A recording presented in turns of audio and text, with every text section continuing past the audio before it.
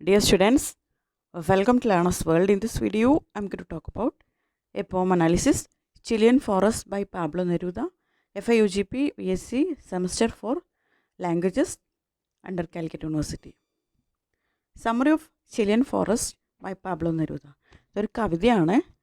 Chilean Forest is a poetic and imaginative description in which Pablo Neruda expresses his deep emotional connection with the natural forest of Chile. Chilean forest എന്ന് പറയുന്നത് Chile ആ ഒരു കാടിനെ കുറിച്ചിട്ടുള്ള Pablo നെരൂദയുടെ ഒരു വിവരണമാണ്. ഒരു ഭാവനാപരമായിട്ടുള്ള കവിതാപരമായിട്ടുള്ള ഒരു ഡിസ്ക്രിപ്ഷനാണ് ചിലിയൻ ഫോറസ്റ്റ് എന്ന് പറഞ്ഞിട്ടുള്ളൊരു ഈ കവിത. ചിലി ഫോറസ്റ്റുമായിട്ടുള്ള അദ്ദേഹത്തിൻ്റെ ആ ഒരു ഡീപ്പ് കണക്ഷൻ ഇതിലൂടെ അദ്ദേഹം വിവരിക്കുന്നുണ്ട്. The passage reads like prose poetry filled with beautiful images of mountains, trees, plants, animals, water and silence. അപ്പോൾ ഈ ഒരു പ്രോസ് പോയട്രിയാണ് ഈ ഒരു ചിലിയൻ ഫോറസ്റ്റ് എന്ന് പറയുന്നത്. ഒരുപാട് ഇമേജറി ഇതിൽ ഉപയോഗിച്ചിട്ടുണ്ട് നമ്മളുടെ കവി. മൗണ്ടെയ്ൻസ്, പർവ്വതങ്ങൾ, മരങ്ങൾ, പ്ലാന്റ്സ്, ആനിമൽസ്, വാട്ടർ, സൈലൻസ്, ഇതൊക്കെ ഇമേജറി ആയിട്ട് ഇതിൽ ഉപയോഗിച്ചിട്ടുണ്ട്. Through this, Neruda shows how nature shaped his thoughts, senses and creativity.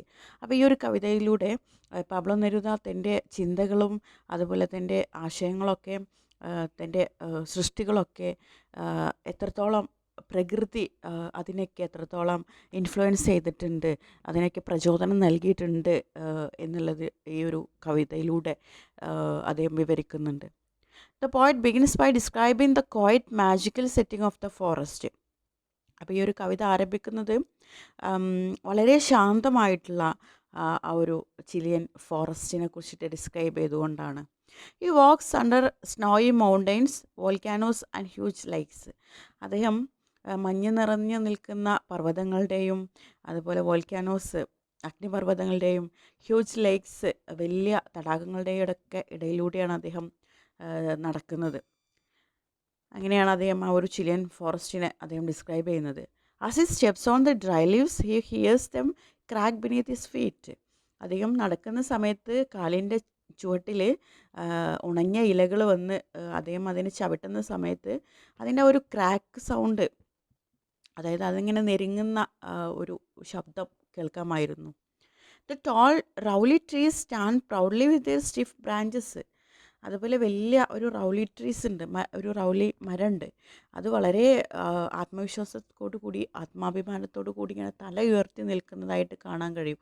അതിൻ്റെ കഠിനമായിട്ടുള്ള വലിയ ബ്രാഞ്ചസ്, ചില്ലകളൊക്കെ ഇങ്ങനെ ഉയർന്നു നിൽക്കുന്നതായിട്ട് കാണാൻ കഴിയും.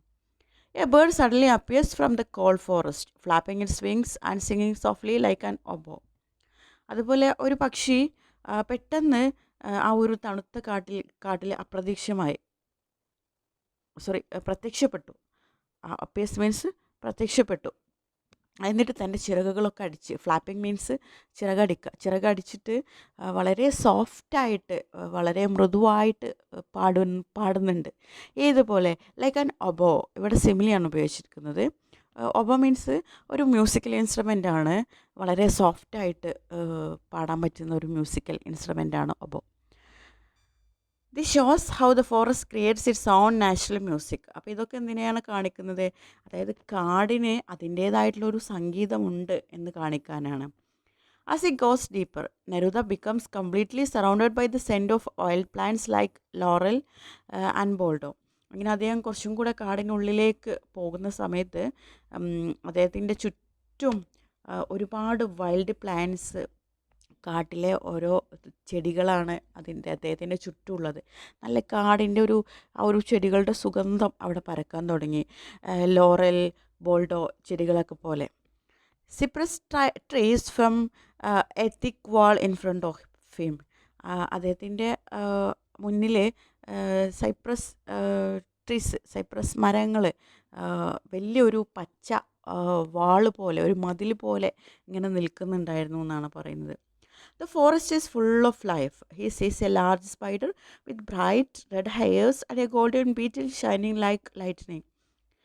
കാടെന്ന് പറയുന്നത് ഫുൾ ഓഫ് ലൈഫ്. അവിടെ എന്താണ് ഫുൾ ഓഫ് ഒരുപാട് ജീവനുകളുള്ളതാണ് കാടെന്ന് പറയുന്നത്.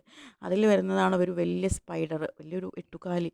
അതിന് നല്ല തിളങ്ങുന്ന ബ്രൈറ്റായിട്ടുള്ള റെഡ് ഹെയേഴ്സ്, ചുവന്ന രോമങ്ങളുണ്ട്. അതുപോലെ തന്നെ ഒരു ഗോൾഡൻ ബീറ്റിലുണ്ട്, അതായത് ഒരു വണ്ട്, ഗോൾഡൻ കളറിലുള്ള ഒരു വണ്ട്, ഷൈനിങ് ലൈക്ക് ലൈറ്റനിങ്, മിന്നൽ പോലെ ഇങ്ങനെ തിളങ്ങിക്കൊണ്ടിരിക്കുന്നുണ്ട്. These tiny creatures show the mystery and surprise hidden in nature. അപ്പോൾ ഈ ചെറിയ ചെറിയ ക്രിയേച്ചേഴ്സ്, ചെറിയ ചെറിയ ജീവികൾ, പ്രാണികൾ ഒക്കെ എന്തിനാണ് കാണിക്കുന്നത്? കാടിനുള്ളിൽ, അതായത് പ്രകൃതിയിലുള്ള നമുക്ക് കാണാൻ കഴിയാത്ത നിഗൂഢതയെക്കുറിച്ചിട്ട്, സർപ്രൈസിനെ കുറിച്ചിട്ടൊക്കെയാണ് ഇത് റെപ്രസെൻ്റ് ചെയ്യുന്നത്. The tree seems ancient and powerful. വലിയ വലിയ മരങ്ങളുണ്ട് എന്ന് പറഞ്ഞല്ലോ, വലിയ പടുകൂറ്റൻ മരങ്ങൾ. അപ്പോൾ ഇതൊക്കെ ഈ ട്രീസൊക്കെ നമ്മൾ നോക്കിക്കഴിഞ്ഞാൽ ഇത് പുരാതന കാലത്തെ വളരെ പവർഫുൾ ആയിട്ടുള്ള മരങ്ങളായിട്ട് നമുക്ക് മനസ്സിലാക്കാൻ കഴിയും. Their roots twist under the ground, their branches stretch in all directions and mushrooms grow like parasites. അപ്പോൾ ഈ മരങ്ങൾ പുരാതന കാലത്തെ പവർഫുള്ളായിട്ടുള്ള മരങ്ങളാണെന്ന് നമ്മൾ എങ്ങനെയാണ് മനസ്സിലാക്കിയത്? അതിൻ്റെ റൂട്ട്സ്, അതിൻ്റെ വേരുകളൊക്കെ ഇങ്ങനെ പിണഞ്ഞ് പിണഞ്ഞ് പിണഞ്ഞ് ഇങ്ങനെ പോയിട്ടുണ്ടാകും. താഴെ നോക്കുമ്പോൾ ഒരുപാട് വേരുകൾ പിണഞ്ഞ് കിടക്കുന്നുണ്ടാകും. അതുപോലെ അതിൻ്റെ ബ്രാഞ്ചസ്, അതിൻ്റെ ചില്ലകൾ എല്ലാ ഭാഗത്തേക്കും ഇങ്ങനെ പരന്ന് കിടക്കുന്നുണ്ടാകും. അതുപോലെ അതിലൊക്കെ മഷ്റൂംസ്, കൂണുകൾ ഇങ്ങനെ പുഴുക്കളെ പോലെ മുളച്ചിട്ടുണ്ടാവും എന്നാണ് പറയുന്നത്. Snakes move quietly through the leaves while water flows clear and bright over rocks. അതുപോലെ ഈ പാമ്പുകളൊക്കെ ഇലകളിലൂടെ ഇങ്ങനെ വളരെ പതുക്കെ, വളരെ സ്ലോ ആയിട്ട് ഇങ്ങനെ ശാന്തമായിട്ട് നീങ്ങുന്നതായിട്ട് നമുക്ക് കാണാൻ കഴിയും. അതുപോലെ വെള്ളം, വളരെ ക്ലിയർ ആയിട്ടുള്ള വാട്ടർ പാറയിലൂടെ ഇങ്ങനെ ഒഴുകുന്നതായിട്ട് നമുക്ക് കാണാൻ കഴിയും. Butterflies flash like yellow light and red copihue. Flowers hang like drops of blood from the high branches. ഇതുപോലെ ബട്ടർഫ്ലൈസ്, ചിത്രശലഭങ്ങൾ ഒരു യെല്ലോ ലൈറ്റിനെ പോലെ ഇങ്ങനെ തിളങ്ങുന്നതായിട്ട് നമുക്ക് കാണാൻ കഴിയും. അതുപോലെ റെഡ് കോപ്പിഹു ഫ്ലവേഴ്സ് മരത്തിൻ്റെ ബ്രാഞ്ചസിൽ ഇങ്ങനെ തൂങ്ങിക്കിടക്കുന്നുണ്ട്. ഏതുപോലെ drops of blood from the high branches, അതായത് ആ മരച്ചില്ലയിൽ നിന്ന് ഒരു ഇറ്റ് ബ്ലഡ്, രക്തം ഒലിക്കുന്നത് പോലെ അത്രയും ചുവന്ന പൂക്കളാണ് കോപ്പിഹ്യൂ ഫ്ലവേഴ്സ് എന്ന് പറയുന്നത്. Neruda also notices the silence of the forest, a deep natural silence that belongs to plants and trees. അതുപോലെ അദ്ദേഹം നോട്ടീസ് ചെയ്തൊരു കാര്യം ആ കാടിൻ്റെ നിശബ്ദതയാണ്. വളരെ ആഴത്തിലുള്ള പ്രകൃതിയുടെ ആ ഒരു നിശബ്ദത, അത് പ്ലാന്റ്സിനും ട്രീസിനൊക്കെ ആ ഒരു നിശബ്ദത ഉണ്ട് എന്നാണ് പറയുന്നത്. നമ്മളൊരു ഉൾക്കാട്ടിലൊക്കെ പോയി കഴിഞ്ഞാൽ നമുക്ക് ആ ഒരു നിശബ്ദത ഫീൽ ചെയ്യാൻ കഴിയും. He here's only the distant cry of animals or the sudden call of A hidden bird. അദ്ദേഹത്തിന് എന്ത് മാത്രമേ കേൾക്കാൻ കഴിയൂ? ദൂരെ നിന്ന് മൃഗങ്ങൾ കരയുന്ന ശബ്ദം, അല്ലെങ്കിൽ പെട്ടെന്നുള്ള ഒരു ഒളിഞ്ഞു നിൽക്കുന്ന ഒരു കിളിയുടെ ശബ്ദം, ഇത് മാത്രമേ കേൾക്കാൻ കഴിയുന്നുള്ളൂ. ബാക്കിയൊക്കെ നിശബ്ദതയാണ്. In the end, the poet says that anyone who has not experienced the Chilean forest cannot fully the earth. അദ്ദേഹം ഈ ഒരു കവിതയുടെ ഒരു പ്രോസ് പോയട്രിയാണ്. ഇതിൻ്റെ അവസാനത്തിൽ അദ്ദേഹം പറയുന്നത്, അതായത് ഈ ഒരു ചിലിയൻ ഫോറസ്റ്റ് എക്സ്പീരിയൻസ് ചെയ്യാത്ത, ഈ ഒരു ചിലിയൻ ഫോറസ്റ്റിൻ്റെ ആ ഒരു ഭംഗി അനുഭവിക്കാത്തവർക്ക് ലോകത്ത് അനുഭവിക്കാൻ കഴിയില്ല എന്ന് പറഞ്ഞു. അതായത് നമ്മുടെ ഭൂമിയെ അനുഭവിക്കാൻ കഴിയില്ല എന്ന് പറഞ്ഞുകൊണ്ടാണ് അദ്ദേഹം അവസാനിപ്പിക്കുന്നത്. He carries memory of this landscape within him and it inspires him to travel and go singing through the world. അദ്ദേഹത്തിന് ഈ ഒരു മെമ്മറീസ് എന്ന് പറയുന്നത് വളരെ പ്രഷ്യസ് ആയിരുന്നു. അദ്ദേഹം ഈ ഒരു ചിലിയൻ ഫോറസ്റ്റിൻ്റെ ആ ഒരു ലാൻഡ്സ്കേപ്പിൻ്റെ മെമ്മറി അദ്ദേഹത്തിൻ്റെ ലൈഫിലുടനീളം അത് കൊണ്ട് നടക്കുകയാണ്. അദ്ദേഹത്തിന് ഒരുപാട് ട്രാവൽ ചെയ്യാൻ ഇത് വളരെയധികം പ്രചോദനം നൽകിയിട്ടുണ്ട്. അദ്ദേഹം ട്രാവൽ ചെയ്യുന്ന സമയത്ത് ഈ ഒരു ഇൻഫ്ലുവൻസ് അദ്ദേഹത്തിലുണ്ട്. അത് ലോകത്തേക്ക് ഇങ്ങനെ പാട്ട് പാടിയിട്ടാണ് അദ്ദേഹം ഈ ഒരു ചിലിയൻ ഫോറസ്റ്റിൻ്റെ ഈ ഒരു ബ്യൂട്ടി അദ്ദേഹം വിവരിക്കുന്നത്.